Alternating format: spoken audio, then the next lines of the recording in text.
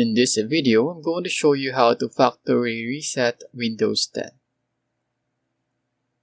First off, press the Windows button on your bottom left and press Settings. Then scroll down and look for Update and Security. Once this opens up, go into Recovery. Then go under Reset this PC and press Get Started. And then when you get to this pop-up, you'll choose whether you want to keep your files or remove everything. For this video, I will choose the first option.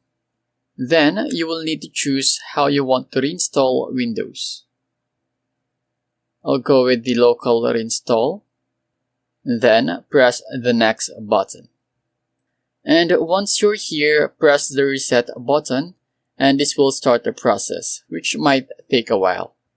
And that's it. Thank you for watching.